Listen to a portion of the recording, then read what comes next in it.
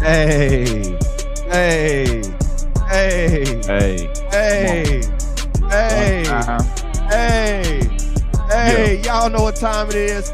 What up, and welcome to another episode of the iBall Radio live call-in show.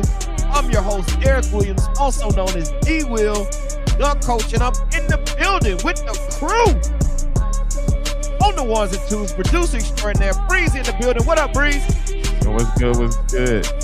Yes, sir, man. And also in the building, our guy, Lance from Huntsville, Lance Gilbert. Lance, what's good, my guy? It's hooping season, baby. Yes, sir, it is, man. And excitement, man. You can probably hear it in my voice. We are live right now exclusively on YouTube and iBallradio.com.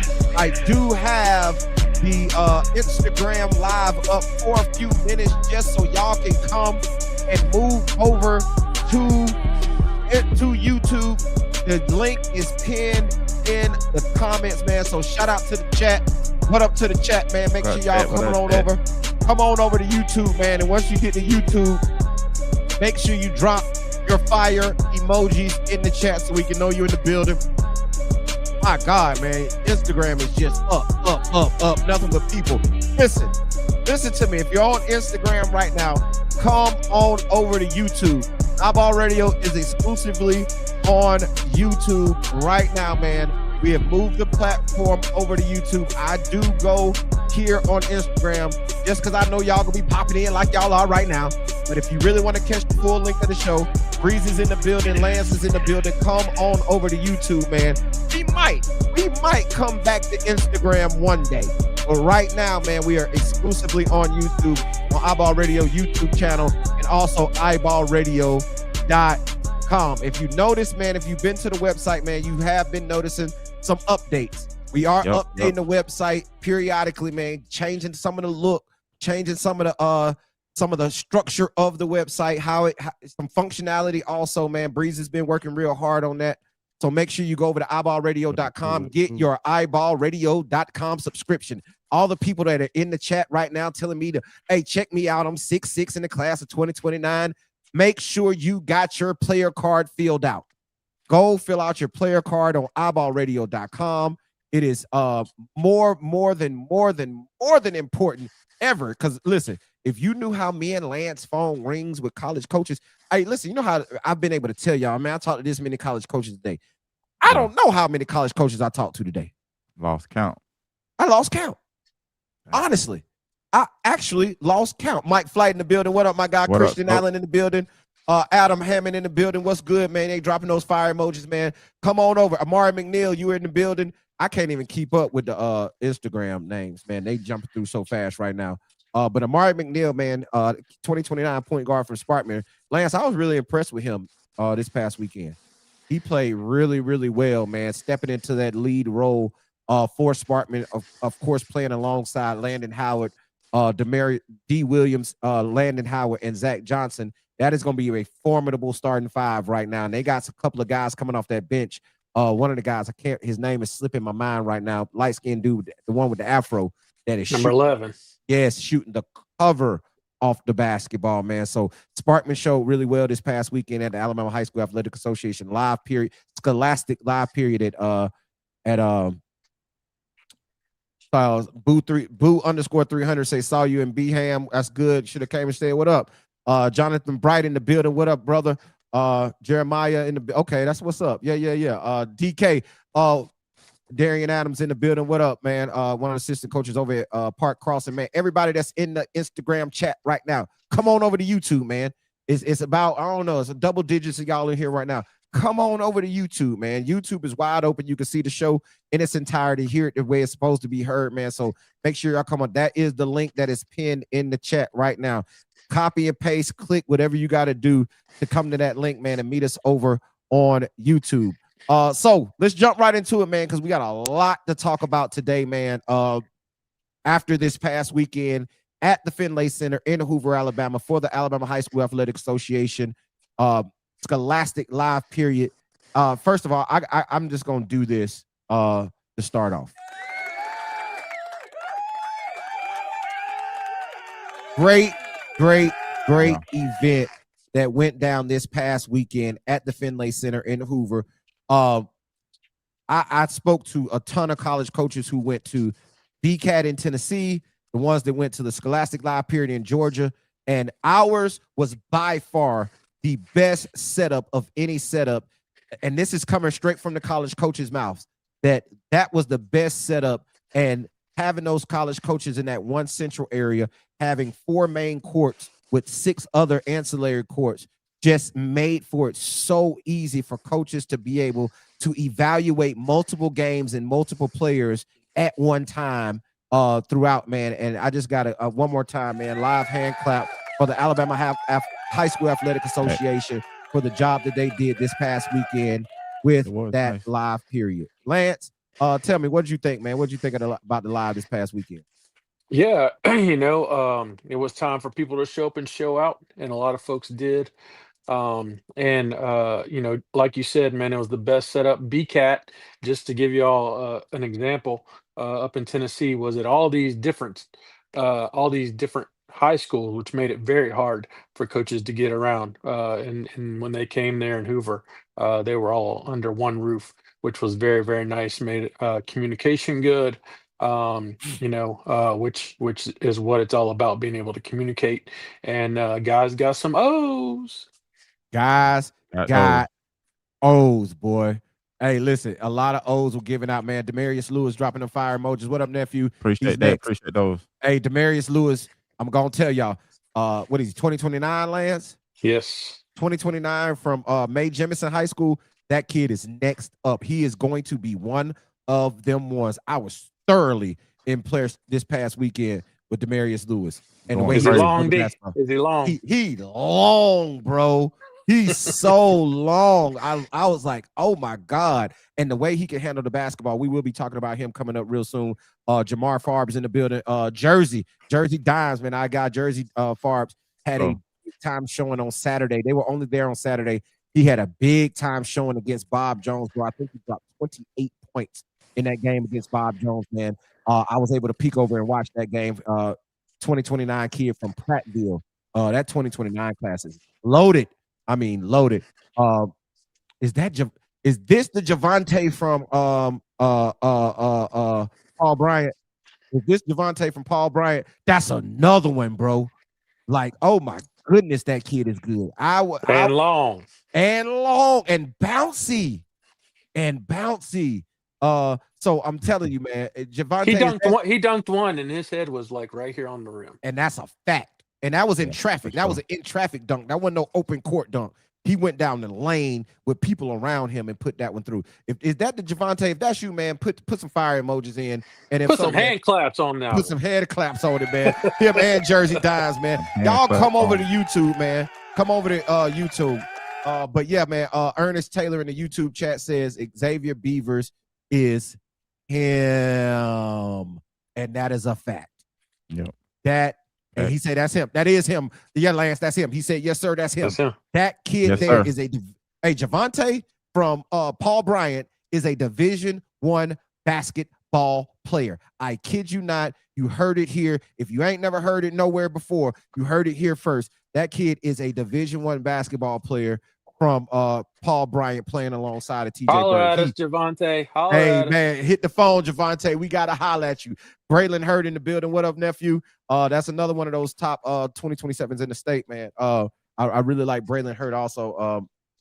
He over at Gardendale running with SMB. Hey, man, y'all come on over to YouTube, man. Come on. We didn't reach double digits on Instagram, man. Y'all bring them double digits over to YouTube. That is the link pinned in the chat. Hit that link, man. Come on over to YouTube so you can get the full length of the show. But yeah, man, a lot of guys, man, really, really, really impressed this past weekend. And like we said, the event setup was second to none. Now the hospitality sucked, but hey, that's neither here nor there. You know, they had some though. Listen, thank you, Breezy. They had something. I got because the setup was immaculate. Like I was thoroughly surprised at how easy. Hey, but if I'm gonna be there all day, I can't. The little mini Chips Ahoy ain't gonna get it. Hey Ain't man, gonna fruit get it. snacks Real ain't gonna food. get it, bro. Ain't I gonna can't get I it. can't fill up on Coke and Sprite and water, bro. That's Like, why we're Yeah. taking over hospitality next year. iBall hospitality. We're taking yes, it we over. will have a hospital. We A were this takeover. close to having one we were this close to having a hospitality room inside there this year. We were very, very close, man. We were a little late on getting it done, man, and couldn't really bring it all together. But yeah, next year we will have our own iBall radio, iBall athlete brand marketing, hospitality room. So it's gonna be on us. Sandwiches, donuts, coffee, Yep, real food. real fruit, man. But Knox the in the building. only way in is you gotta be on the team. Hey, bro, you Yeah. gotta You gotta be have this cross signed. your chest. You You know what I'm gotta saying? have that. You gotta have this cross your chest, man. But Knox in the building. He is a part of the iBall Radio brand, athlete brand marketing. Shout out Knox, man. Knox picked up that offer a couple of weeks ago from Columbus State Division II offer. That's one of our 2029 kids. Picked up that Right. offer and That's good. also got a call today. We just got a call about Knox a couple of minutes ago before we came on from another Division II. What was it?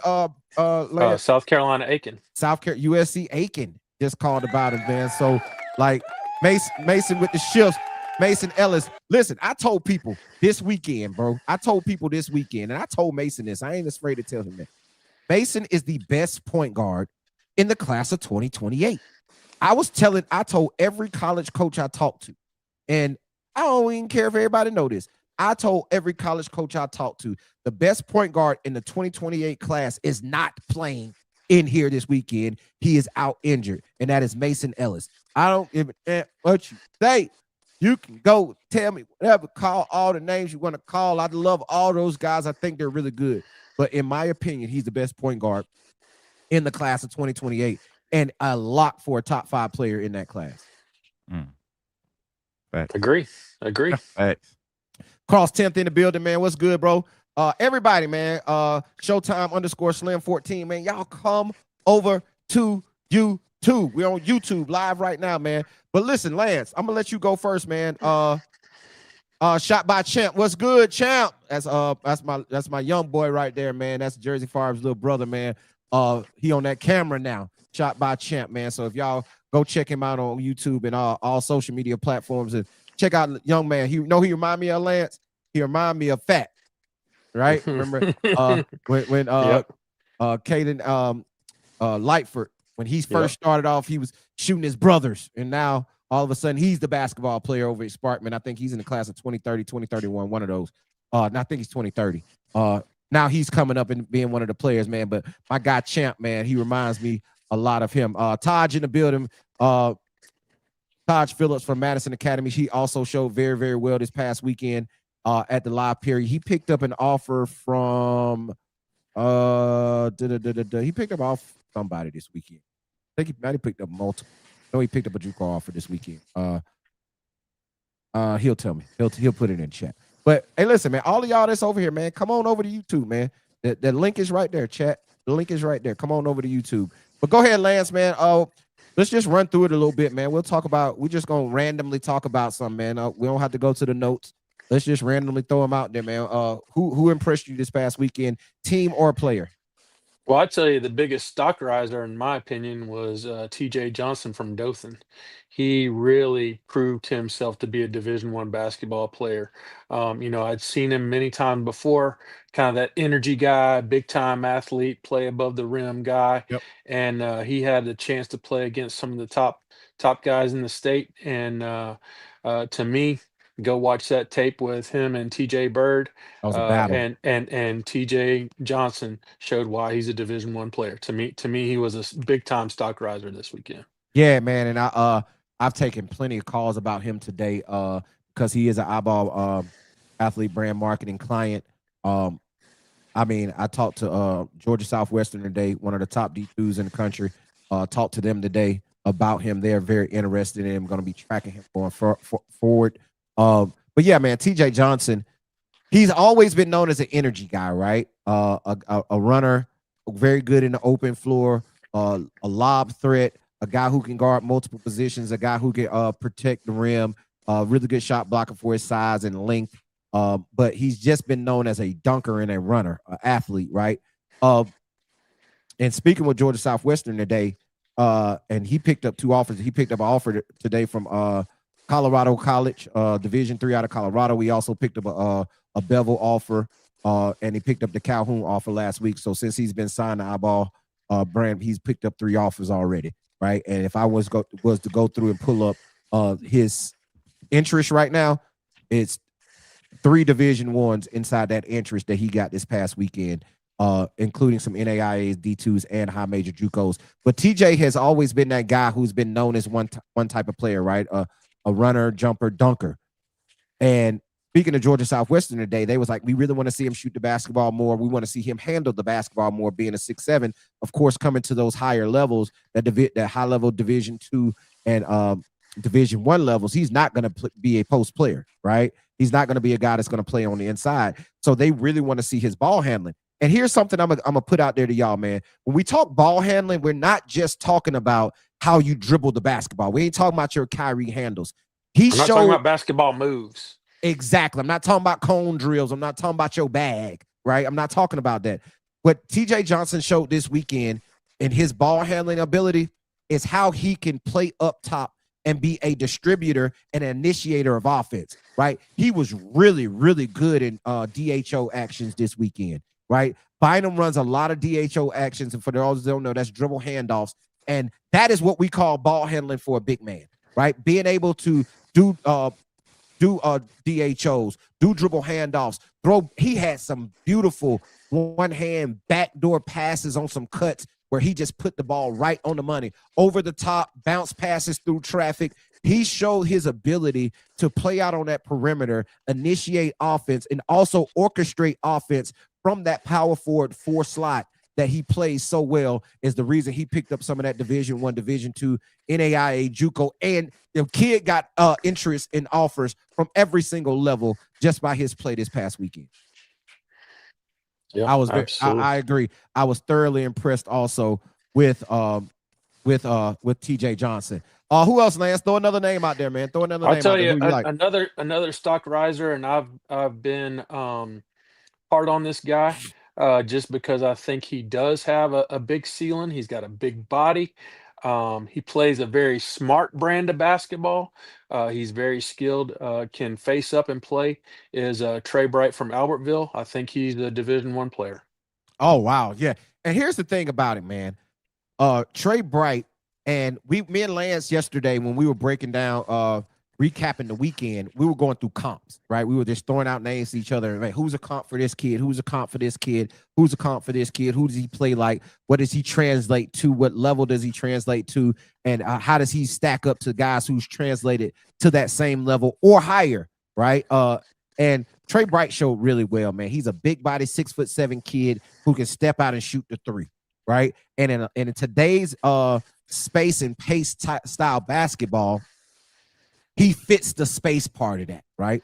Because he can space the floor and cause that power forward 4 or 5, whoever's guarding him, to have to step out, which creates so much space for the other players on the basketball court. And he shot the ball very well. He showed very well against Alexander Blue. He played very well against him. And he showed his ability to step out, be a ball control, be an initiator of offense, and also score on the inside. He has really good footwork around the goal. And we've been in debates and talks about him, about what his level is, right? And, you know, he's getting interest and offers from that JUCO Division II level. And then me and Lance really went and broke down how he played this past weekend. Bro, that kid can play on the Division I level, for sure. Like, if you look at some guys who've gotten Division I opportunities in the past out of high school, he's just as good as them, and he plays the same style role that they play. So I agree, Lance. That kid can be a Division I basketball player. Yeah, well, the way that he rebounds at a high level, defends, several different positions pretty well. He's a high screen and roll guy, a high pick and pop type guy. He is going to bring great value to a lot of big. I'm not saying he's Big Ten, but I'm saying he fits the role of a lot of Big Ten schools that use that type of guy. That is he going to be an above the rim player? No, but it doesn't matter because his skill set. He's so skillful at the other things that he does and plays cerebral. And that's the thing. having a high basketball IQ translates, right? I get it. Everybody wants the athlete that, like, everybody want a Javante who could put their chin on the rim. Everybody want a TJ Bird who you can just throw it to the rim, or TJ Johnson, just throw it to the rim and go get it. But those guys, the Evan Toms, the Trey Brights of the world, are still very valuable because they have big bodies, because they can space the floor, and because he's able to like you mentioned, Lance, he can rebound the basketball. He's a double-digit a night rebound type of guy. And if you have somebody out there on that level that can space the floor and then on the defensive end eat up those defensive rebounds and limit the other team's ability to get second chance points, he's gonna be valuable. And I agree, bro. He can And play on the division level. I'll make a very bold statement. Just because of their skill sets, I love Evan Toms. Don't get me wrong, Right. but translating to the next level, Trey Bright is more valuable of a college player because he can face up and do things facing up. That's a big statement, Lance. That's a huge statement. And like you say, it's all about what that school covets, because we Yep. understand Evan Toms is a lock for Division I, right? Sure. We're having conversations about him if he can go high major, right? We know he's a lock for the mid-major level. We're trying to see if he can go high major. And to say that statement lets me know, and I truly believe that Trey Bright can play Division I college basketball. What's next, Lance? Give me another name. So I'm gonna jump back for a minute to a guy that to me is um, the best defender I saw all weekend. How about that? I'll put it that way. Little JoJo from Dothan was an absolute pest. I mean, he probably had double digit steals, double digit points. I mean, he was just. It was almost like he was playing 1-on-5 at sometimes. Like he was the entire court. A dog, bro. I was sitting courtside watching them play against Paul Bryant, and I was sitting there with Huntington and Faulkner, right? Two Montgomery schools. And the coach from Huntington he just randomly said, "Oh my God, Zero is so active." Bro, he was getting deflections, tipping the basketball, getting steals, turning the ball handler 3 or 4 times in the backcourt. Like, he was such a pest on the defensive end, and then he ran the show on the offensive end and was able to distribute and score. Like, that 2029 JoJo McKay is going to be one of the top players in that class, and I don't give a damn what the eye test tells you when you see him. That kid is a really good basketball player. Yeah, for sure. And so the next player that I'll talk about, what impressed me was seeing this guy in a heated battle with Pelham. And it was back and forth, and this guy went on a 15-point in a row streak. Yeah. And I mean, he just was not going to be denied, and that's Mally McNair from Jemison. He's got a big body. He reminds you of like a Trevor Relaford that played at Alabama. Can get downhill, put that shoulder into you, and he's going to finish and get the and one. Got a big time mid range game. Very shifty. Another one of those things, like don't let the eye test fool you, about 5'10" or so, but is a straight killer. And here's the thing, man. If you watched the NBA Finals that just ended last night, the leader of the New York Knicks is a small guard, right? A small guard. However, he has a big body, right? They call him Big Body Brunson. And Jalen Brunson, who was the leader of that New York Knicks team and won the NBA championship last night, those small guards are getting help because Jalen Brunson has so much success, right? Jalen Brunson is bringing small guards back. And Malik McNair is one of those small guards, another one of those iBall athlete brand marketing clients who, like I say, Lance, he went for 15 straight on Pelham. I mean, completely took over the basketball game, got on a heater, and was scoring it in all ways from all 3 levels, getting to the basket, getting to the free throw line, shooting the mid-range, shooting the three-pointer, handling it off the dribble, controlling pace, handling it in the full court, breaking the pressure. Like, he showed his complete game in that game against Pelham, where he played very, very well. Another one of those 2028 point guards. And we talk about that 2028 point guard class a lot. And he is one of the ones that is firmly in the mix as one of the top point guards in that class. I'm telling you, that's one of the deepest point guard classes you're going to see in a very long time, bro. And he is one of the ones that had a hell of a showing in a game. And we were talking to a parent right before we came on, man. And that parent said, man, you know, I don't think he was playing particularly well. He was talking about his son. He's like, I don't think he was playing particularly well throughout the weekend. But then that last game, he really had a really good game. And that happened to be a game where those college coaches were sitting there watching his game, and he picked up 2 offers off of that, right? And the thing about it is, we know that loud plays matter in atmospheres like that, right? And going for 15 straight like Mally McNair did in that game against a very, very, very good Pelham basketball team with a very good crop of guards in Jaden Sears and Trey Pittman, really showed that he's one of them ones in that class of 2028. Yeah, and so I'll stay in that game. Jaden Sears, you know, I've seen him play a lot in the last couple weeks. And the one that got me was it was a tie ball game, Pelham versus Grissom.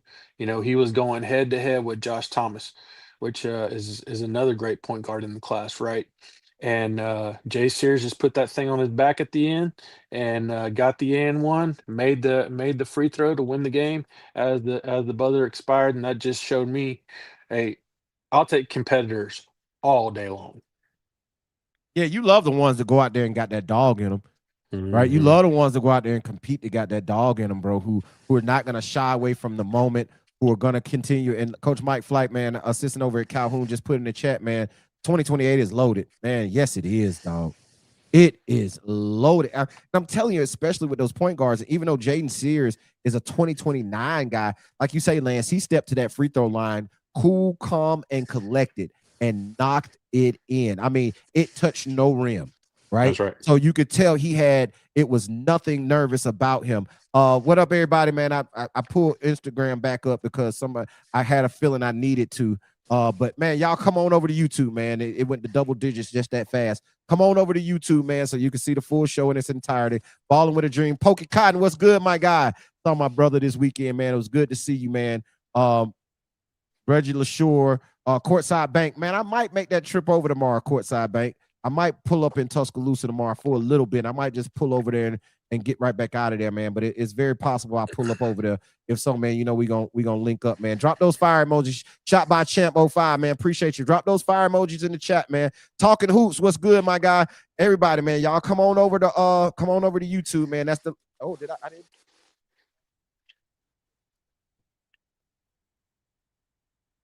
There it is. Pin the link. That's the link right there, man. Y'all come on over to YouTube, man. Meet us over there. Hey, Breezy ain't in here right now, and he'll step off for a minute. But our guys in the building, man. Cole World Watson in the building, man. Our guy, man, former guard your man, point guard, now starting point guard over at Wetumpka. But yeah, Lance, what's another name, man? Cole World in the building. That's your boy, Breezy. Cole World, let's go, Cole World. Let's go, Cole World. Yeah, man. So this name is a little bit of a hot button. Okay. Everybody has an opinion, right? But in my opinion, LJ Williams squashed all the haters this weekend. Like, wow. Is he a top 100? Yes, he is. Yes, he is. There was times that he just completely took over games on both ends of the court.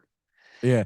Let's just keep it real. That matchup in the game 1 at 2:00 on Friday between him and Evan Toms, he showed why ESPN had him ranked number 60 in the country in the Super 60. He was the last entry in the Super 60 for the ESPN, because for the 2028 class they've only ranked 60 players.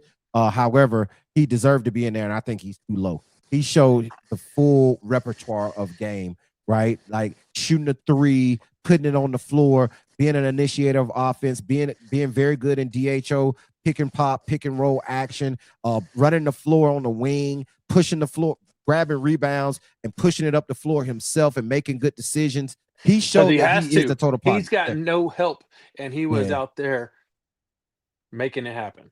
He made it happen. That is a fact, man. He was out there making, and he was it. taking a beating. Yeah, he was getting beat up. He was getting beat up. And that just shows his toughness, right? Yes, yes. Yeah. So I was thoroughly impressed. I agree. I was thoroughly impressed with LJ Williams, and like you say, Lance, he showed every bit of why he's a top 60 player in the country already in just his going into his junior year. Who's Yeah, next, buddy? Who next? I was impressed. Um, so let's see. There was so many. I tell you what, I'm just gonna put them together because I think they go together. Okay. RJ Hasbury and Christian Allen.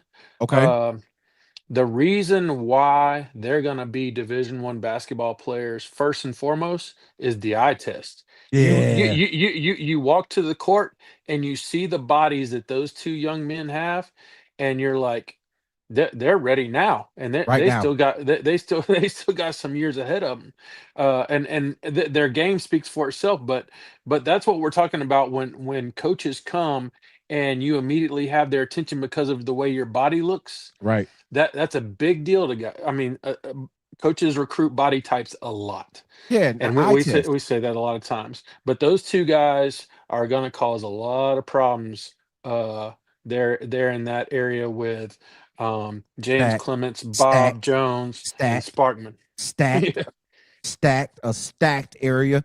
And they might struggle this year because of that youth, even though they did get some experience last year. Sparkman made it all the way to the Elite Eight last year, right? And they were young last year. Now those guys are a year older than that, meaning Landon Howard and D. Williams. But I will say this: I agree.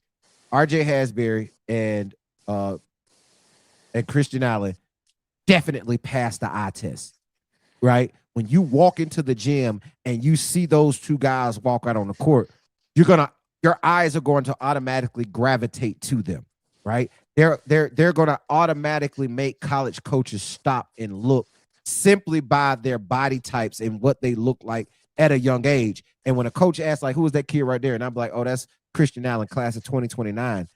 2029?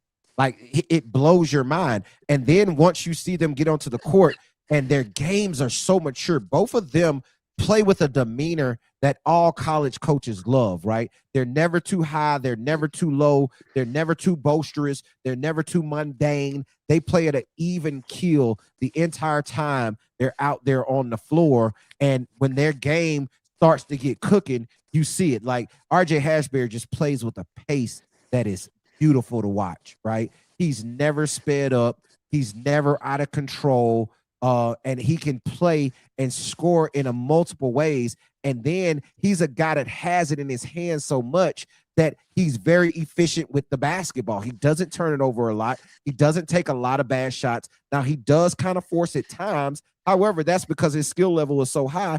He thinks he can get some stuff off sometimes, right? And that's okay being a young player. But he thoroughly impressed on Friday. They weren't there on Saturday. They were only there on Friday. But he thoroughly impressed on Friday also. So I'm going to go back to North Alabama. We were in North Alabama, but another North Alabama team in Huntsville, and a guy that is normally just known for his shooting. Um, so Tyson Bobbitt this summer, to me, seems like he's been having a little bit of a turnover problem, and so Coach Schweers will put Hudson Gossett at the point. And he, to me, is very underrated in his point guard ability to pass the basketball on time, on target to the right player. And anytime that they kind of needed to get the game settled back down after some turnovers, whatever, and he went into the point guard role. I think he can probably play that point guard position in college, just not known to be a shooter. And I think that he really helps that team when he takes over that role. Sorry, I had you on mute. I thoroughly agree. People are sleeping on the talent that Hudson Gossett has, right? Everybody knows him. He's smaller in stature. He's only about 6'1", 6'6", and he can really shoot the basketball. We know he has that unorthodox shot, but it is wet. I mean, wet. When he gets going, It is a beautiful sight to see. And he has a super quick release. But I agree, Lance. His ability to handle the basketball in tight spaces, his ability to pass the basketball with either hand. He's a very good offhand passer, very good left-hand passer.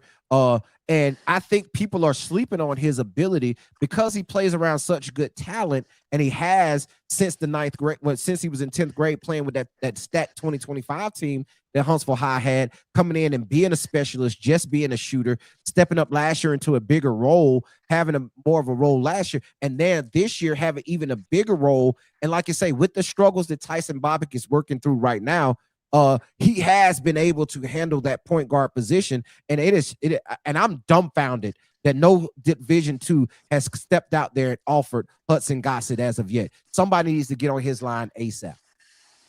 Oh yeah, yeah, he's a for sure. Division II scoring point guard.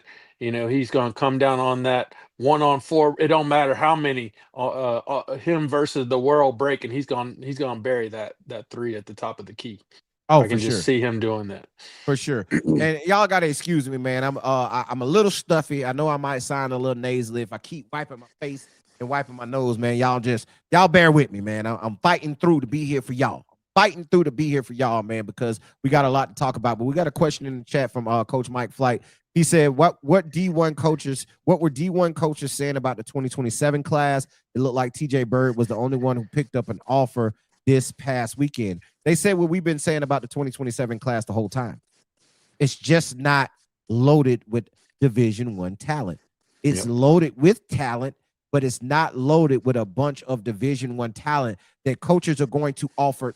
Mark my words, that coaches are going to offer early. Okay? Some guys might get that D1 look on the back end, but it's going to be tough for them to get a D1 look early because they're outside of Evan Toms, TJ Bird, KD Ragland. That might be the only three surefire Division I's in that class. And I don't have the list in front of me right now. I could pull it up, but just going off the top of my head, I don't think they're outside of those three. The Division I coaches, those were the only ones they had pegged as automatic top-level Division I players. Let me pull up my rankings real quick, and I'll let you know. So I think a lot of it's going to also depend on how this ruling goes down on the 22nd. I think a lot of coaches are just kind of, are they going to get another couple guys out of the portal because they got an extra year? Or they got guys that graduated that are going to get an extra year? Or none of that going to happen at all? And so we got to get some high school kids in here. I think a lot of it has to do with that too. And Coach Mike Flight said that's great news for me. That it is, my brother. That it is, because and Marcus Perry Jr., right? They were only there on Saturday, right? So they didn't get as many games in front of all the coaches that they as the other guys did. But Marcus Perry Jr. is another one who those are considering to be a Division I player, right? He's going to go on that level. Everybody else, bro. I'm telling you, y'all can mark me down. This time next year, Trey Bright's going to be on a Division I campus. I love it. I truly believe that, bro. I actually spoke to a Division I about him, and they're about to get in contact with him, right? They're definitely about to get in contact with him because he fits their style of play, for one, right? He really fits their style of play with his body type, his ability, and his skill set. So I agree. I think Trey Bright, when it's all said and done, we're gonna work our ass off to make it happen. But I think he is gonna be a Division I basketball player. Well, I'll tell you the thing, not to just harp on him, but I've watched him play a lot of basketball over the last year, and he's the same guy. He doesn't have a bad game. He doesn't have like where he's going for some crazy like 40 number or what. Like he's the same guy. He's gonna be a double-double. He's gonna be that guy. Yep. You could put in 10 and 10 for him every single game, bro. You could put 10 and 10 in there for him every single game. And if he really gets to going, like I saw him over at the Montevallo team camp, he had 28 points and 13 rebounds in the game over there. Right. So you see he has that ability to have those huge scoring outbursts, but he's going to be a double-double guy every single time he steps on the basketball court, for sure. For sure. And I tell you another 2027 that is one of our guys that I think has Division One written on him is DeMar Hinton, just because of the way he can score the basketball. DeMar Yeah, can and I and I really get it going. and I'm glad you said that, because that's the next player I want to talk about. Another iBall athlete brand marketing client is DeMar Hinton. And TJ Bird and DeMar Hinton, out of everybody that was there, I think those guys picked up the most interest from from the different levels, right? Yes. Like both of them got Division One interest. Both of them got Division Two interest. Both of them got NAIA, D3, and JUCO interest. Both of them did, right? On every, I've gotten contacted from a coach on every single level on those two players, right? And the feedback that I got on DeMar, and let me tell you, let's talk about DeMar real quick, because I got feedback on him from a Division One, from two Division Ones, right? That gave me feedback of what they saw about DeMar Hinton. They were like, we like him, we're gonna track him, right? Didn't throw any offers, but both of them said the same thing. He looked a little heavy, right? They were like, he looks a little heavy. Like DeMar's a big body guard, 6'3", 210 pounds, right? And they were like, man, he looked a little heavy. And they were like, is he out of shape? Is he in? I'm like, nah, he's definitely in shape, because you can see his motor. He's just a thicker guy, right? And so I relayed that message to him and his family, right? Like, hey man, they like him, they want to see him, but they want to see him slim down and get in better shape. 5:30 a.m. this morning, DeMar Hinton is running 17. He's out on the track running a mile. He's out getting road work in. He's running dashers on the basketball court. He running 17s. He took that criticism and instantly, the first day he available to him, he's up at 5:30 in the morning and he's out there running miles, because if they're telling me I need to change my body, guess what he's going out. He didn't listen. We're his representation. It didn't take us to tell him he needed to do that. He did that on his own.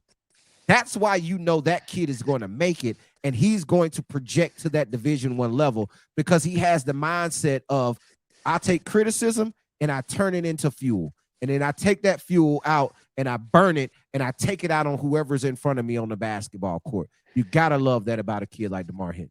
Yeah, and I love that about a bunch of our guys. Like we had a guy that sent in his shot chart, and one guy running the heel and different things. Like we get these text messages from the guys we're working with, what they're doing, and that's what it takes. But going back to DeMar, like the thing that I think is a little bit of disadvantages with Clay Chalkful, he's the second biggest guy on the entire team. So he has Right. to guard the 4 or 5, that type of thing. But he's going to be a 2. He's going to be a scorer. He's going to be a shooter. With that big body, he rebounds well for his size. And that toughness that he's getting from having to play the 4 and 5 is going to bode well for him. But Facts. it's hard. But it's hard when a coach comes to see and he's playing that position. But I think he translates all the skill set that he has and the clip that he shoots the basketball. He's going to be a Division One basketball player. And he was just, they play Albertville. He was having a battle with Trey Bright. And like I say, Trey Bright is a big body. He's a load. He's a load, right? And DeMar battled with him all game long, down underneath that basket, and held his own, right? Trey had the advantage, but DeMar did his job. But even that, having to deal with that load on the defensive end, still being able to come out on the offensive end and score the basketball, because we know he's a bucket, right? He's a shooter. He's a bucket. He does it from multiple levels. He does it all. He's an underrated ball handler and an underrated player playing out of screen and roll. He's very good out of screen and roll, initiating the screen, coming off, snaking it, making the right reads off of those pick and rolls. And a lot of times it ends up for him, because he thrives in the mid-range also. It ends up for him with one of those one-leg fadeaways that he's so good at, right? one of those pull-up jump shots that he's so good at, or step through, or putting that shoulder, or getting you on that hip and finishing at the rim. Like I say, he showed very, very well this past weekend for sure. So Coach Q said in the chat, said Tristan said Trey was so freaking strong when Dothan played Albertville. Like I say, he's a load on the inside, bro. And like Mike Flake said, DeMar's a worker. He's a gym rat, bro. Like I say, 5:30 this morning. Because before he left on Saturday, he came up to me. He's like, Coach, man, what they say? I was like, bro, they had good things to say. But I told them they say they want to see you slim down. They want to see you get in better shape. I told them your uniform just tight because it's the uniform tight as hell. Right? You know how these kids wear their uniforms nowadays. We used to want the baggy. We used to want the biggest shorts in the bag. Nowadays, they want the smallest, right? And like I say, he's a guy that is in. He has one of those bodies like a Jalen Brunson, who he looks chubby, but he's not. Right? He's definitely in shape. But since he took that criticism and like, okay, I'm up at 5:30 in the morning. I'm out here. I'm running on the track, getting my road work in. I'm out here running 17s. I'm running gashers on the court. I'm going to do what it takes to get my body in shape because we know the game translates. Yeah, I mean, I see him at like, a South Alabama level. Oh, I yeah, think for that sure. he fits there very well. For sure. For sure. I totally agree, man. Let's go through another one, man. Who's up next, Lance? You want me to throw one out there? Or you got another one for me? You throw one while I'm thinking. Okay, yeah. So let's talk about and it's an easy one. Just because he had such a great showing, TJ Bird. Yeah, man, talk about an athlete. Jesus. Probably one of the best we got in the state as far as just raw athlete. Like, I know he caught several alley-oops up above the rim about right here that I Right. saw. I would like to see him put on a little bit more weight Yeah, for sure. for the college game, but he's got a lot of tools in the tool bag. Did we lose you? Oh, I'm back. I'm sorry. Can you hear me There you now? go. Yeah. So yeah, like he has one of those lanky Kevin Durant style bodies, right? Like he's strong, he just doesn't look it. Yep. Right? He's long, he's lanky, but he is a freakish athlete. And here's the thing about him. He's a guard. Yeah. Right? Like he's probably gonna play as he goes up, he's gonna translate out onto the wing more so than being a space of a pick and pop 4. I think he's actually going to turn into a 3 because he can really shoot the basketball. He can put it on the floor. If he continues to tighten up that handle, and he's working with one of my nephews, Josh Sipio, working with Sip, he's going to get that handle together, right? I don't think he's as tight with his handle as a Gage Mayfield was, right? Gage really had those true translatable guard skills. But I think TJ is going to eventually translate into a small forward, a guy who can play out on the perimeter and go down and play that hybrid 4-man position where he is a screener, a roller, and a lob threat. I really, really, really, really think that TJ Bird has high major potential, right? I think he has high major potential. He's way more of an explosive athlete than Gage Mayfield for sure. Ooh, I don't know if I can agree with that. Gage, he's explosive, man. Like he can catch that ball. Like I saw him catch it in the short corner, and he was up on that rim in one dribble, super fast. Yeah, I don't know. Where Gage would kind of back you down and use his big body, right? Where TJ uses his explosion a lot of times because he doesn't have the big body, but I see where you're coming from. I don't know if I can give him better. I don't know. I don't know if I can give him that. Gage is crazy athletic, bro. Like he has a quick jump. But I'm gonna tell you what impressed me the most about TJ Bird. That second jump. Right? If you watched him, that second jump was super. And TJ Johnson showed this also. That second jump where it goes up, the tip goes up, and then right back off the floor. Right before anybody else could get up, he's already tipping the basketball back in, and that's due to those super long arms, standing at about 6'9", 6'10". Would you say a Brandon Miller is a good comp for him, or is Brandon a little bit more shifty on that that Man, Brandon perimeter? Miller could absolutely shoot it. Yeah, he could do. I wouldn't give him that. I would give him more of let me think on that for a minute. Yeah, it's tough. Almost like a Herb Jones. Yeah, but he's just so much bigger than Herb. Herb was about 6'7". Yeah, Like, but same type of little game though. right. But yeah, TJ showed absolutely well, and we kind of mentioned him earlier, and I can't think of his last name. What's Javante's last name over there at Paul Bryant? Somebody in the chat, tell me, Last man. name head in the rim. Head on the rim. I think that's a point guard, bro. If you watch him, you can list him as a combo. How tall you think he is? 6'4", 6'5"? Yeah, at least. At least about 6'4", 6'5", dude. Super wicked handles it in tight spaces. Very good passer, a very underrated passer. Good shooter. Didn't shoot it excellent, but he showed that he has the ability to shoot the basketball. But his ability to get downhill, his shiftiness, his handle all together. He's an island boy. He'll put you on the island, and he hit some folks with some crossovers, and it was a ooh, right, several times, man. Like I said, I was thoroughly impressed with Javante, man. If like somebody in the chat knows Javante's last name, I could pull up his player card. If you don't got a player card, Javante, go fill it out. He was in the chat earlier.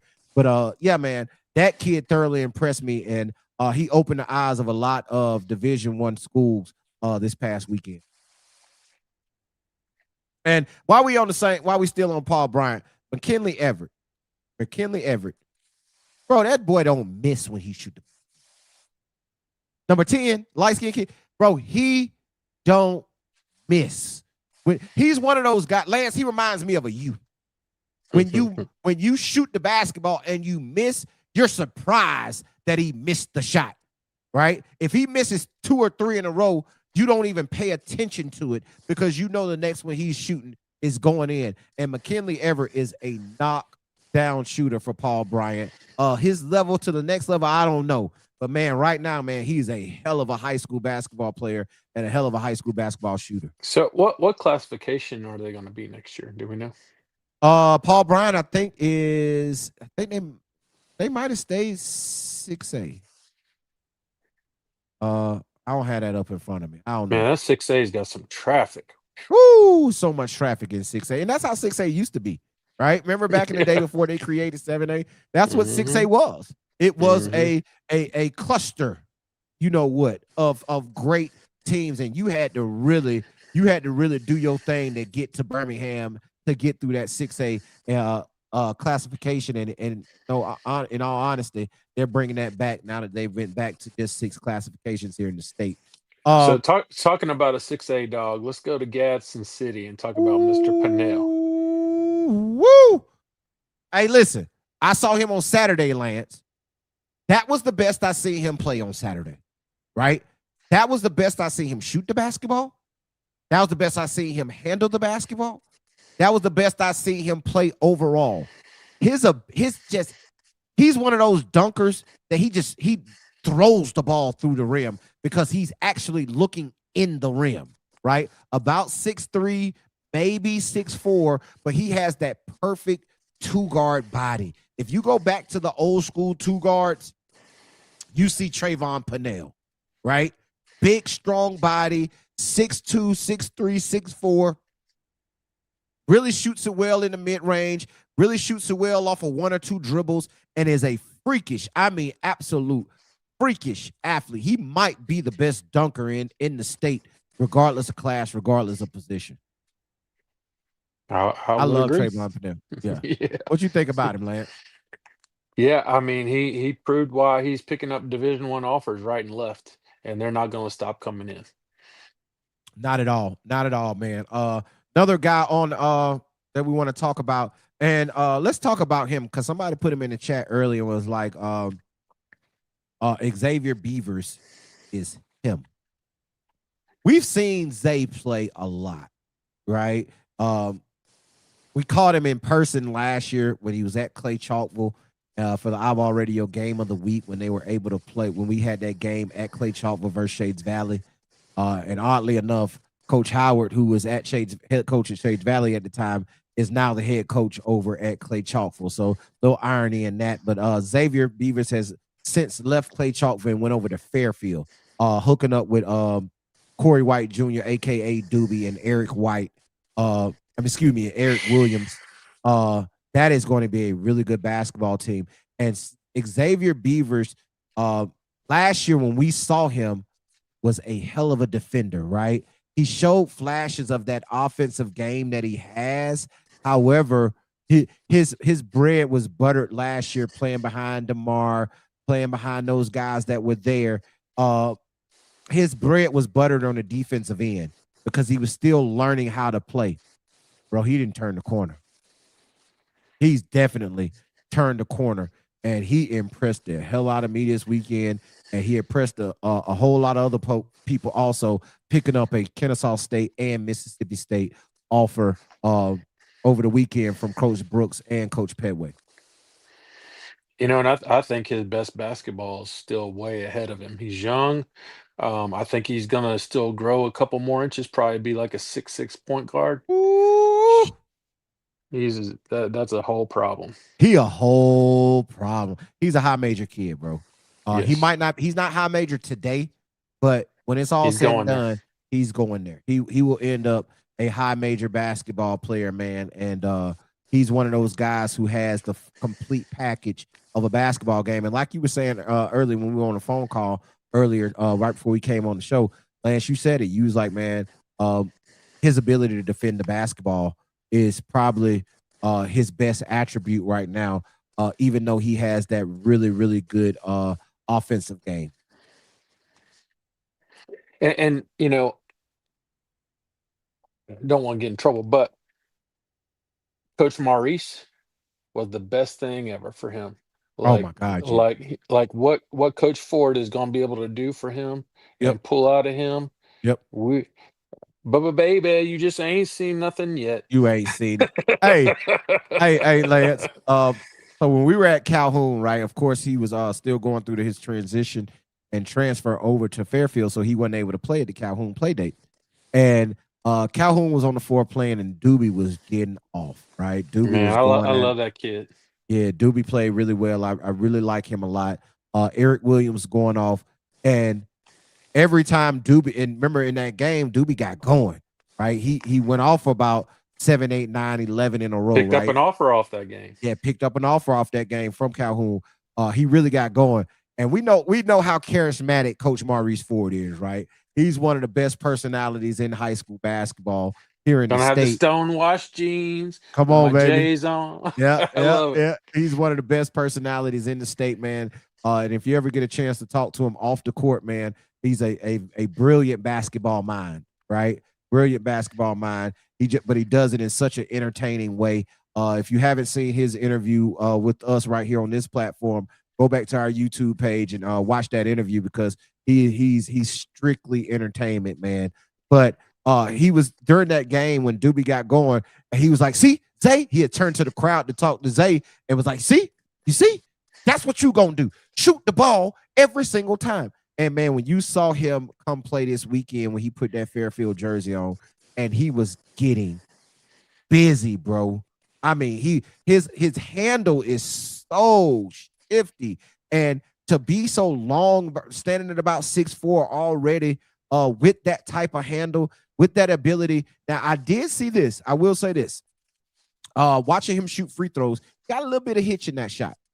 Right, he got right at the top of the shot. He got a little hitch in it, right, which allows him to struggle just a little bit from the free throw line. If he can shore that up, you don't see that hitch so much in his jump shot because it's from here right up, and it's one motion, and it's an explosion into it. So you don't see it's there. It just isn't as glaring as it is on his free throws. So if he can shore that up, man, he's going to be one of those players that's not going to have many flaws in his game. He's still young. Right. I think his best basketball by the time he's a senior, we're gonna be talking about, you know, the Kentuckys of the world Yep. probably, making a run to him. I agree. Kentucky's, Arkansas's, like I say, he picked up an SEC offer already from Mississippi State, but I think it's going to go even higher than that for sure. For sure, man. Who else, Lance, man? Who else we want to chat about, man? Who else stood out to us this weekend? I know you sent me a list of guys that you were talking about. I might need to go back to it, but I got a couple more, but I'll let you run off one or two real quick. That you saw that really impressed me. I think I hit the ones that just like super popped off. I will say this, for the first time, a lot of these teams really working with a shot clock. Uh-huh. And I know that the officials were having some, they were working through how they do it and they were managing it from the other side and all that type of thing. Kudos to the coaches for getting all the teams ready to play with the shot clock. Y'all did really Yeah. well. I didn't see a whole lot of issues there. I thought that everybody was well prepared for that. So kudos to all the coaches. Breezy gonna like this one, man, because we got a comment in the chat, man, from my guy Trey Hatfield. Trey Hatfield over at the Raiders, right? Randolph Raiders. He said, "I got Breezy, Alex Konkanowski, ski, my boy, our boy Ski, man." Okay, he said he had a great Saturday. 6 for 7 from 3 in game one, averaged 23 in the 2 games on Saturday, shooting over 40% from 3-point line. Another 6'4", 6'5" guard that we had last year. We had that game against who we had him against last year, Madison Academy, I think it was. He played very well. He actually got player of the game in that game because of his ability to shoot the basketball. But yeah, our guy Ski, man, Coach Trey Hatfield said he had a really good. I didn't get a chance to see them much. I saw a little bit of one of their games, but I wasn't able to tap in much. So that's good to hear that he had one of those good, really good weekend, shooting over 40% from 3-point line. That's really, really good. Hudson Athletics said Malachi McNair had a great weekend. Yeah, we talked about him earlier in the show. He showed very well. Our guy, he said, "Oh, thank you very much, Coach Q," saying that Jordan Rollins from Dothan, 2028 guard. At one point, a couple of years ago, Jordan Rollins was considered one of the top 2 players in that class, right? He went and played football. He kind of had a little bit of that. He's got that body. He got that body. He had a little bit of that Riley Bryant, right? Who was really good early, ranked really high, ended up going to the football field, and it kind of slowed his progress on the basketball court, right? That happened kind of with Jordan Rollins. He's since quit football again, thank God. And you saw it on this weekend. Bro, that was the best I've ever seen Jordan Rollins play. Ever, right? Even back when he was ranked number 2 in the state a couple of years ago. This is the best I've ever seen Jordan Rollins play.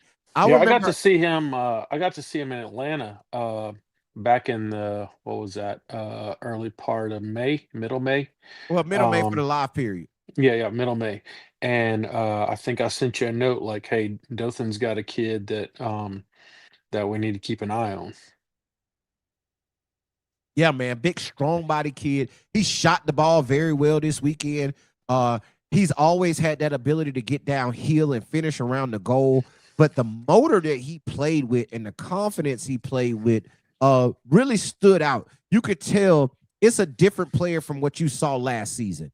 Last season, I'm going to tell you, I think he took a step back from his 8th and 9th grade year, right? I think he took a step back his 8th and 9th grade. His 10th grade year was not as good as his 9th grade year, right? But now that he's getting a full off season of just basketball, bro, you see it. You see why he was so highly thought of early on when he was a young kid in his career.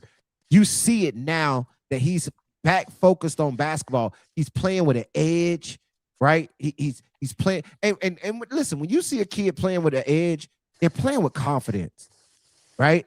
When you see a kid that is quiet, reserved, and not really going at it like that, that's because his confidence is waning. His confidence is at an all-time high right now. And I was thoroughly impressed with Jordan Rollins this past weekend, who played very, very, very well.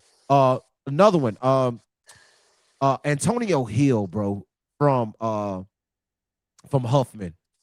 Bro, that kid so damn good. And he's another one that puts his head on the rim when he dunks the basketball. Bro, I saw him take off one time this weekend. He went baseline off one leg and two hands. Man, he dunked the basketball so hard, and he swung up under the goal, right? Because he was going so hard. He's a kid. Don't how we talk about if this kid plays with a motor, he'll be better if he turns his motor on. This kid motor is always on go, right? He was.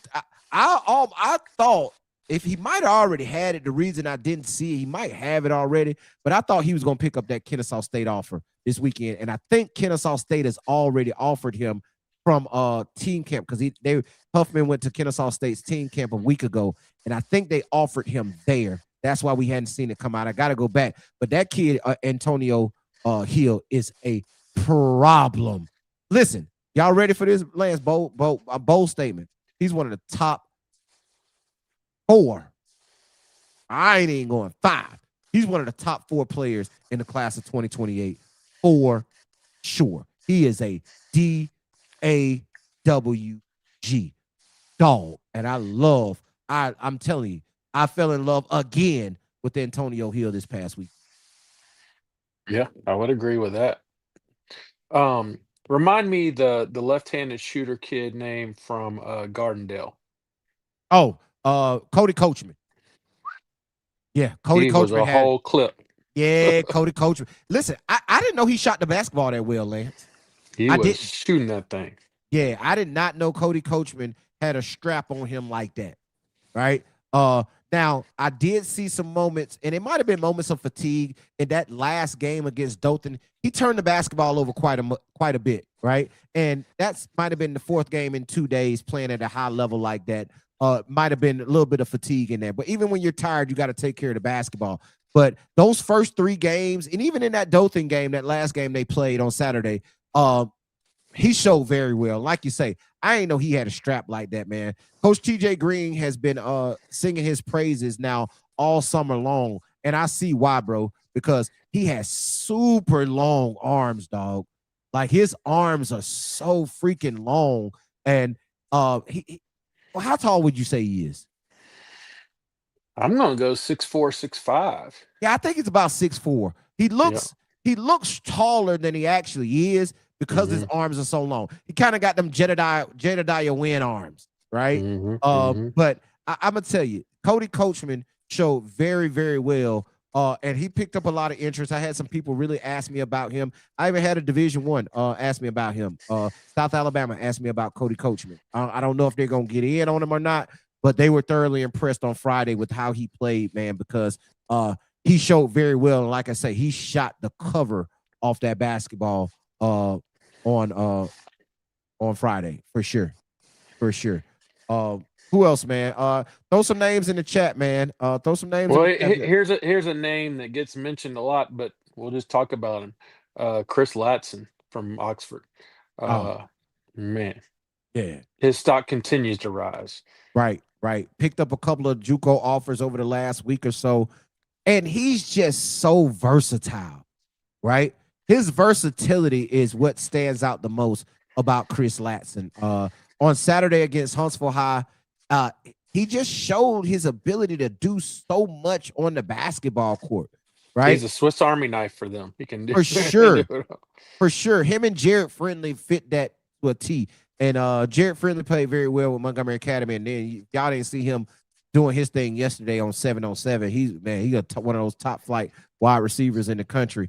But yeah, man, Chris Latson just does so much for that basketball team. Junebug Caver, Jeremiah Caver, Jermaine Caver for Oxford, the 2029 point guard. Bro, his body is so well put together. Lefty, big body, strong. They had him playing on the ball a lot, that which allowed them to play Caleb Wilson off the ball. And Caleb Wilson, listen, if he does what I saw him do on Saturday, Division Ones, get ready, because he was shooting the basketball. That is something that people were questioning about Caleb Wilson's game. And I'm going to tell y'all, he had that. He got a strap, bro. He got a strap, and he was shooting it with confidence, and he was knocking it down. And we already know about Marcus Perry Jr., man, one of the best shooters in the state, one of the best prospects in the state in that class of 2027. That Oxford team is going to be deadly again, bro. They're going to be right. Let me ask you this. Way too early prognostication. We've seen a lot of basketball in the month of June already. Would you say Oxford is the best team in the state of Alabama? No. Wouldn't say that. Wouldn't go there. Throughout and you just want me to base it off the summer? Yeah, just off the month of June that we've just seen so far. These first 16 days. Sparkman is the best team I see. I am in love with Sparkman. Landon Howard, D. Williams, Amar McNeil, Landon Howard, Zach Johnson. Bro, Landon they Malone. so. No, did I not? I said Landon Howard twice. I meant Landon Malone and Landon Howard. Bro, Landon Malone is so damn athletic, bro. Like, he's one of the, and remember when we had him at the Huntsville City Classic last year, we sat down with him when he got a player of the game for one game. And I said this in the interview. You can go back and watch this interview. It's up on our YouTube page right now. But he's sneaky athletic. Like, he's one of those, he got that Paul Pierce bounce, right? Where you could be riding his hip and he could take one dribble and just elevate on you, right? And with him and Zach Johnson not being traditional bigs, both of them are going to and I like that Landon Malone is shooting the jump shot a lot more now. You see him shooting that 12, 15, 17 footer. Still a horrible free throw shooter. He got to fix that. But Landon Malone's ability to play around that basket, his motor is always turned on. He plays so damn hard. I was thoroughly impressed with Landon Malone. And that's why I would say the best team I've seen so far this summer would have to be Sparkman. I'm not mad at that at all. Sparkman's loaded, man. Shout out Coach Obadiah Threadgill, man. They are loaded. And then they were a year ahead of schedule last year. Yeah. Right? Making it to the Elite Eight and being that close to knocking off Huntsville High. They were that close to knocking them off. That was a hell of a basketball game. Or did they play Hoover? Which one? They lost to Hoover. They lost to Hoover. They were that close to beating Hoover. Excuse me, not Huntsville, and Hoover beat Huntsville. But yeah, man, they were that close to knocking off Hoover, man. And like I say, I think last year they were a year ahead of schedule for what they're capable of doing. But yeah, if you ask me the best team I've seen so far this June, I would have to go with Sparkman. Yeah, when they turn it on, the thing that to me, if he can motivate those guys to play hard every play, it's not close. But sometimes some of those guys have a tendency to take a play off or two. And to me, that's the only I mean, like you said, they're loaded for sure. Right. We getting a call into the hotline, man, I think, man, but I don't have the Bluetooth hooked up to the soundboard right now. So didn't open up the phone lines tonight, man, but we'll get that call. I'll make that call. I'll return that call after the show. But yeah, man, another kid that really impressed us this weekend, man, was and it breaks my heart, Lance, to watch this kid have to go through what he goes through with the squad that he plays with. And that's KJ Steele. Bro, he did such a great job of posting up this weekend, and his guards were just absolutely unwilling and unable to throw him the ball in the post. Like, I remember at one point, me and you were sitting there watching them play. He was posting up. He had his guy pinned under the goal. you can see his numbers. And that's the rule. If you see a big's numbers on the block, you throw him the basketball, right? They saw his numbers. They didn't throw him the basketball. So they reversed it around the horn. He used absolutely excellent footwork to turn and pin his man in and had the right hand up. It's all you had to do is throw the ball to the corner of the backboard on a lob. He was going to catch it and be able to go straight up. Instead, they took a overly contested three out of the corner that went clearly over the goal, and you just saw the frustration on KJ's face like, man, what else I got to do to get the basketball, right? And Coach Ware's done such a great job over the last several years with a Dwayne Brown, with a Jackson Sheffield, of running sets and getting the basketball inside. And Coach Ware was running those same sets, but for some reason, the guard play just refused to throw the ball into KJ. And when he did actually get it around the goal, it was 3 or 4 people around him. He was having to fight up through traffic, and he was still going up and finishing plays around the basket. Bro, I felt his frustration for him this past weekend because he wasn't able to showcase what he's really able to, even though he picked up 2 more offers over the weekend because of his ability to screen, because of his ability to run the floor, because of his ability to rebound, take up space, and guard the post. He's a really good post defender. However, my God, Hoover, throw the man the basketball. That's all we're saying.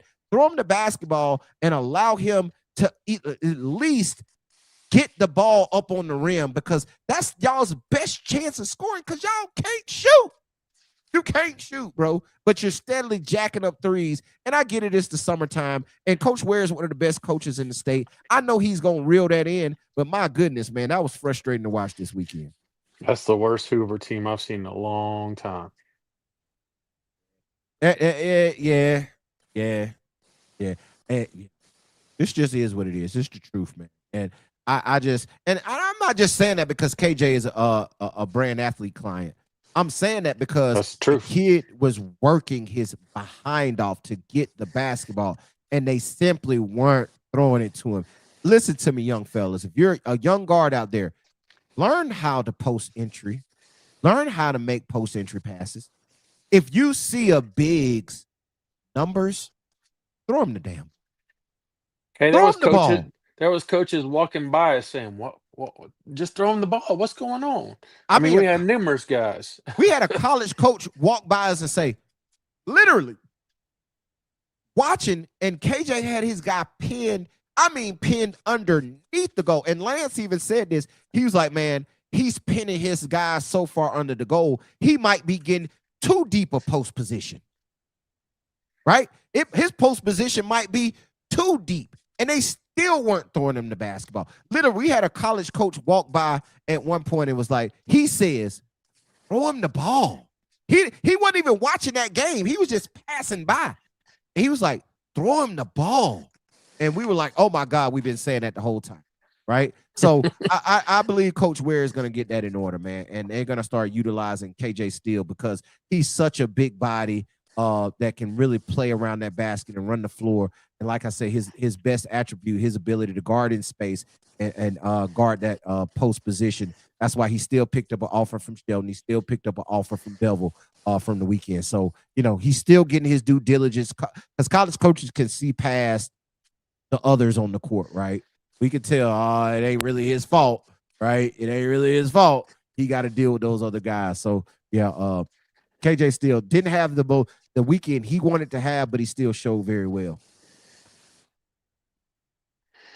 So the last one I'll talk about is no surprise. Kodamunkas is I just love watching his game. I just love watching his game. He's the funnest player to watch in the state, Lance. But go ahead, I'll let you break it down. But yeah, he's the funnest player to watch in the state. Yeah, I don't even want to get my coach hat on at that time. I just want to get some popcorn and enjoy when I'm watching him. Yep. And he's one of those guys like, man, if he had a couple of pieces around him, you'd be talking about Decatur being a contender, but he has to do it all. Like if he doesn't score, it's tough. And listen, JP really impressed me for Decatur also. Poindexter, I think that's his last name. Yeah, Pointer, yeah. no, Pointer. Jaden Pointer. Jaden Pointer. Mm-hmm. Like, bro, he has that Landon Malone sneaky athleticism, bro. Like, he can shoot the basketball. He has a big body. He's another one of those guys I think needs to get in a little bit better shape, right? But he's a big body guard that listen, he's turning the corner also. And if he can go ahead and really turn that corner and really be that second guy to Dakota He needs a Walker's, Robin. Yeah. yeah, He needs to be the Robin. if Batman can get him to be Robin on a consistent basis, and I think that's where Pointer struggles is with his consistency. If he can turn into a consistent because I saw flashes of it this weekend, right? I saw flashes of it this weekend, and he looked really, really good. Hueytown, really well. They shocked me, right? They had a couple that I was very impressed with. Florence, don't count Florence out, right? Florence got a young kid over there, 2030, about 6'6", 6'7". He gonna be a problem. 2030, he's gonna be a problem. I forget his name. They still got Jayceon Payne out there running the show, shooting the basketball at a very high clip. I'm just gonna run through some right now that I can think of off the top of my head. Team wise, yeah. Like you asked me, who would you say is the best team that you've seen so far this June? So setting Sparkman aside, I think they're running their own race right now. Right. Some of the best teams I've seen. Oxford's really good. Yep. In their own classification, Pelham's gonna be good when they get that thing together. They got Trey Pittman and Jaden Sears and some pieces over there. Yep. Of course, Huntsville's always gonna be in the mix because they're so stinking huge. Yeah, dog. Huntsville's probably the best team in the state. Like, let's just keep it real. Yeah, for sure. But yeah. Gadsden City gonna be in that mix. Problem. And I love Coach Ralph Graves, man. He does such a good job, man. He's one of the best. He's one of the best coaches in the state for sure. Winner, has multiple state championships. So yeah, that Gadsden City team is going to be a problem. Also, they struggled against. I think they got blasted by Huntsville High. Hey, let's talk about Winona before we get out of here. They didn't show very well. Now I'm gonna say this. I remember they're 4A. Right. And they had a tough ass schedule. Hey, Coach Cedric Lane pulled me to the side one time, like, man, you did this to us. Like, that I was like, Coach, man, y'all defending 5A state champs coming off a 60-point win. Defending 4A. Well, they were 5A last year. They dropped down to 4A this year. So they were 5A last year. They won the 5A state championship last year. I'm like, man, y'all defending 5A state champ, bro. Like, and y'all won the championship game by 60, right? Like, and y'all got one of the best players in the state in Brendan Davis and one of the best utilities in the state in Santez Pendleton. Like, yeah, man, I put y'all in the smoke. He was like, man, we ain't ready for that. He's like, we weren't ready for that because between them and Dothan, bro, that was two of the toughest. They had one of the toughest schedules that you could possibly play, man. They played everybody, and they were a little outmatched playing against the Huntsvilles, playing against the TJ Birds. Like, that was tough for them, right? But like I say, they still showed very, very, very well throughout the weekend. And Brendan Davis showed, and he didn't score it at as a higher clip as he does normally, but he still had a very good weekend. Man, he can rebound the basketball. Wow. Yeah, he can. So like I say, man, a bunch of good games, man, a bunch of good matchups. Go read the article, man. I dropped the article today on iBallradio.com, man. Go read that article. It broke down the good, the bad, and the ugly about the live period. Didn't really mention any player names, so y'all probably ain't gonna go read it because I ain't talk about no players in it. But I really broke down what happened at the live period, right?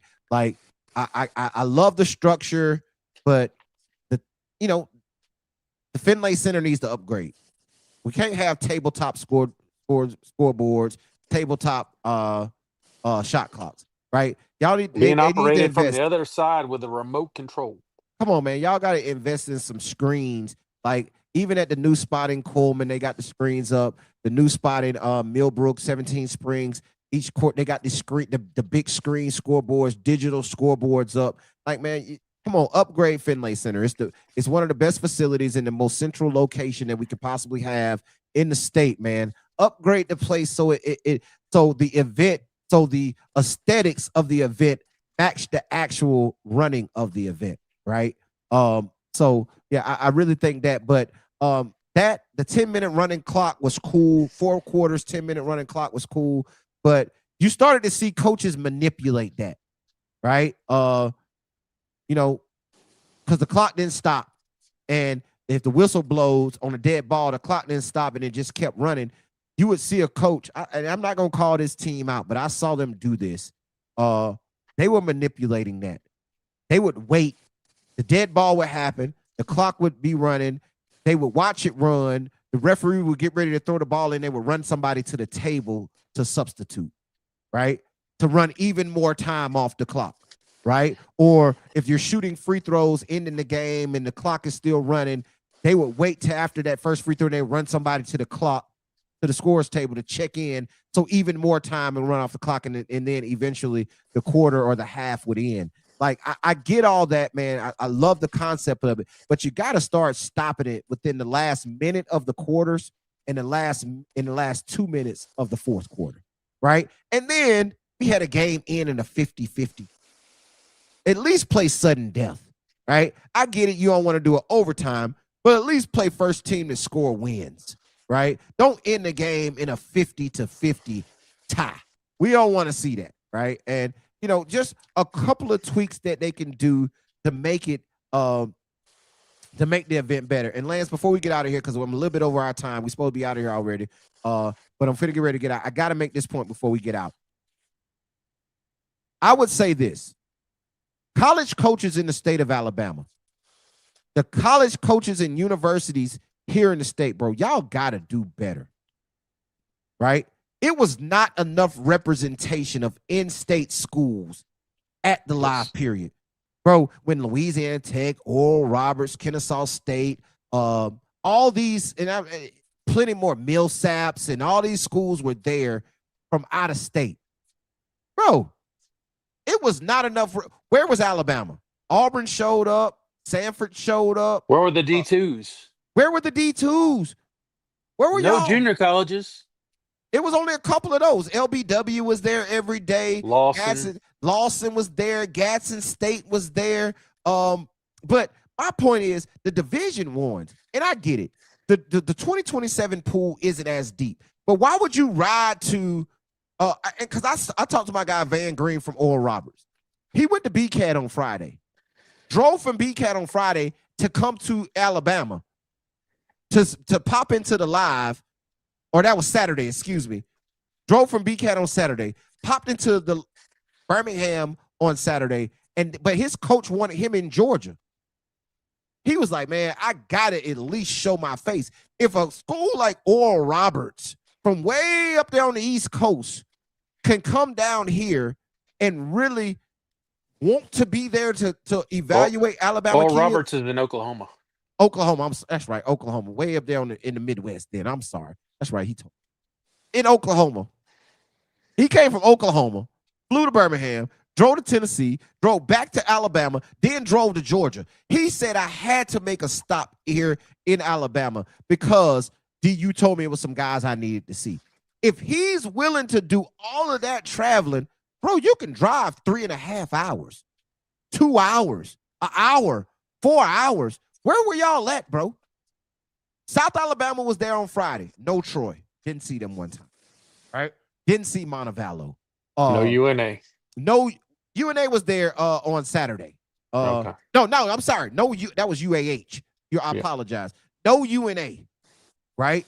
No, who else wasn't there that stood out that I did not see? Spring Hill was there on Friday. University of Mobile was there on Friday. AUM was there. AUM was there. Huntington was there. So it was a good representation, but it was a lot of in-state schools that were missing from that live period, and that's disappointing.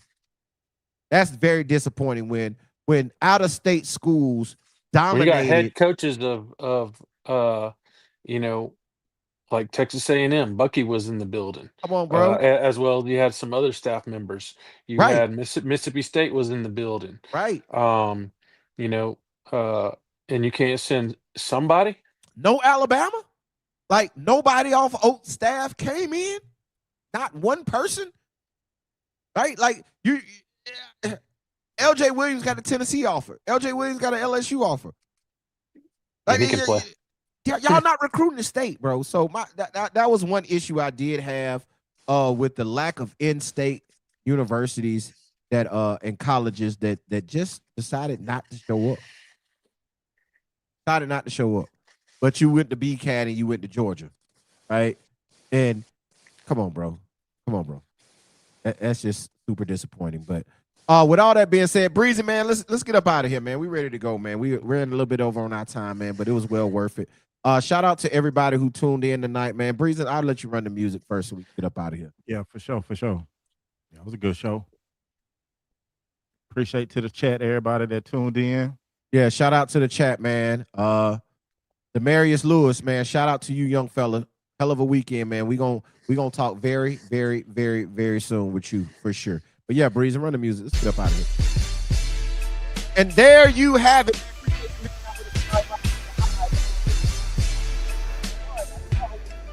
Tonight, however, it was for good reason because we had a lot to talk about, as y'all can see. But appreciate y'all hanging out, man. Make sure you go get your iBallradio.com subscription. Go subscribe to the #1 website of all things high school basketball right here in the state of Alabama. Breezy is doing a great job. We're updating the website as we go. We're not shutting it down to update it. We're going to update it periodically, man, because we got so much content that we continue to drop. We don't want anything to stop at any point. If you haven't yet, Oopers out there, go fill out your player card. It is imperative right now that you go fill out your player card and go get your premium subscription, man, because those coaches cards are rolling in, right? Those coaches cards are rolling in. We made so many connections over the weekend. I think we got 15 new coaches cards up in the last 4 or 5 days. All levels, D1, D2, NAIA, D3, and Division I, man. Make sure you go get your iBallradio.com subscription. It is well worth it. Continue to send in all your information, man. Continue to send in your clip, your highlights. Let us know where you're playing at. The June is not over. We got 2 more weeks left in June, man, so we're still locked in. So make sure you stay locked in with us, man, right here on iBall Radio, the #1 source for all things high school and college basketball here in the state of Alabama. With that being said, appreciate y'all hanging out with us tonight, man. Lance, let's get up out of here, man. Holla at these folks. Hey, it's Coach Lance. Keep grinding. Keep grinding. And Breezy, holla at these folks, man. Hey, man, say, man, that's your boy Breezy, and it ain't easy. It ain't easy, man. And you already know, man. They call me Coach because I teach you how to ball. Until Thursday night, man, we up out of here. Peace. Long live Hero.